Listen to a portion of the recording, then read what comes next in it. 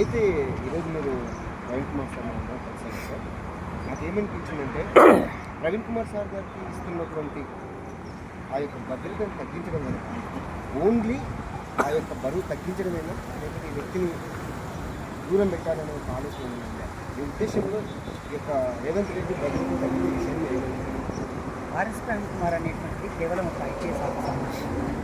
సుమారుగా 25 సంవత్సరాల పాటు దేశం కోసం, దేశ భద్రత కోసం పనిచేసినటువంటి చాలా కమిటెడ్ ఆఫీసర్, గ్యారంటీ అవార్డు పొందినటువంటి వ్యక్తి, అనేకమైనటువంటి అవార్డ్స్తో పాటుగా దేశ రక్షణ కోసం తన త్యాగాన్ని, తన ప్రాణాలను త్యాగం చేసినటువంటి ఒక గొప్ప ఆఫీసర్. అందుకోసం ఈరోజు రిటైర్డ్ అయిన తర్వాత కూడా ఆయన బుల్లెట్ ప్రూఫ్ కారు కానీ, సెక్యూరిటీ కానీ ఇవ్వడం, ప్రజలు కూడా ఆ రకంగా ఆయనను చూస్తున్నారు.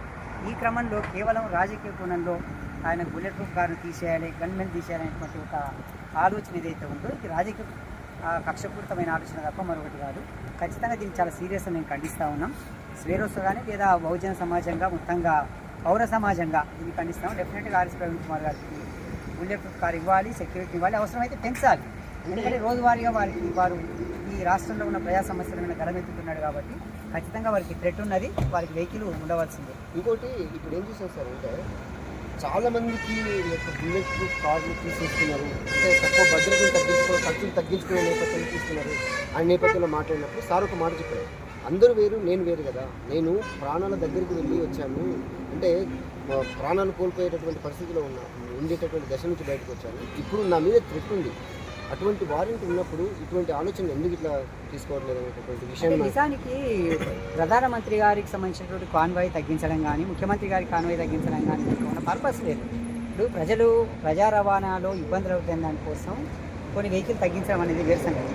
కానీ ప్రవీణ్ కుమార్ గారికి పెద్ద కాన్వాయ్ లేదు, వారి ఇంకొక 4-5 వెహికల్ వెళ్ళేది ఏముండదు, వారి ఒక్క వెహికల్ ఏముంటుంది. వారికి భద్రత అనేటువంటిది వారికి ఆల్రెడీ ప్రాణహాని ఉంది.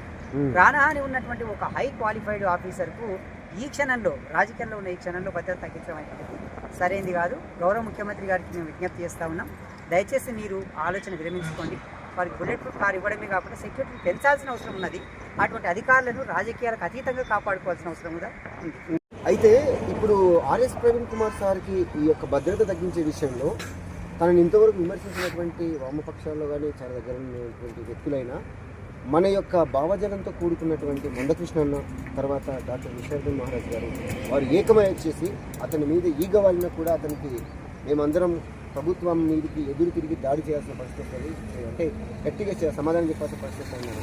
ఈ యొక్క శుభసూచకమైన విషయాన్ని మీరు ఎట్లా? కరెక్ట్. ఈరోజు భావజాల పరంగా డాక్టర్ విశారదన్ మహారాజ్ గారు కానీ, పద్మశ్రీ మందకృష్ణ మాది గారు కానీ, ఆయా అంశాల బేస్గా వాళ్ళ మధ్యన వైరుధ్యం ఉండొచ్చు తప్ప ఒక కమిటెడ్ ఆఫీసర్కు ఆ రకమైన భద్రత తగ్గించడం అనేటువంటి ఎవరు కూడా ఏకీభవించారు. ఎందుకోసం అని అంటే వర్గీకరణ కోసం మందకృష్ణ గారు కానీ, లేదా బహుజన రాజ్యాధికారి కోసం విశారదన్ గారు కానీ పనిచేస్తున్న క్రమంలో దేశ సేవ కోసం 25 సంవత్సరాలు ప్రాణత్యాగం చేయడానికి సిద్ధమైనటువంటి ఆఫీసర్ యొక్క కమిట్మెంట్ వాళ్ళకి తెలుసు. ఆయన భద్రత తగ్గించి ఆయన ప్రాణానికి ఏదైనా హాని జరిగితే కేవలం అది ఆయన కుటుంబానికి జరిగే నష్టం కాదు, యావత్తు బహుజన సమాజానికి, తెలంగాణ సమాజానికి జరిగే నష్టంగా వాళ్ళు భావించేది. కాబట్టి వారికి మధ్యలో ఉన్నటువంటి చిన్న చిన్న భావజాల వైరుధ్యాలను పక్కన పెట్టి కూడా ఆయనకు సంఘీభావంగా నిలబడ్డారు.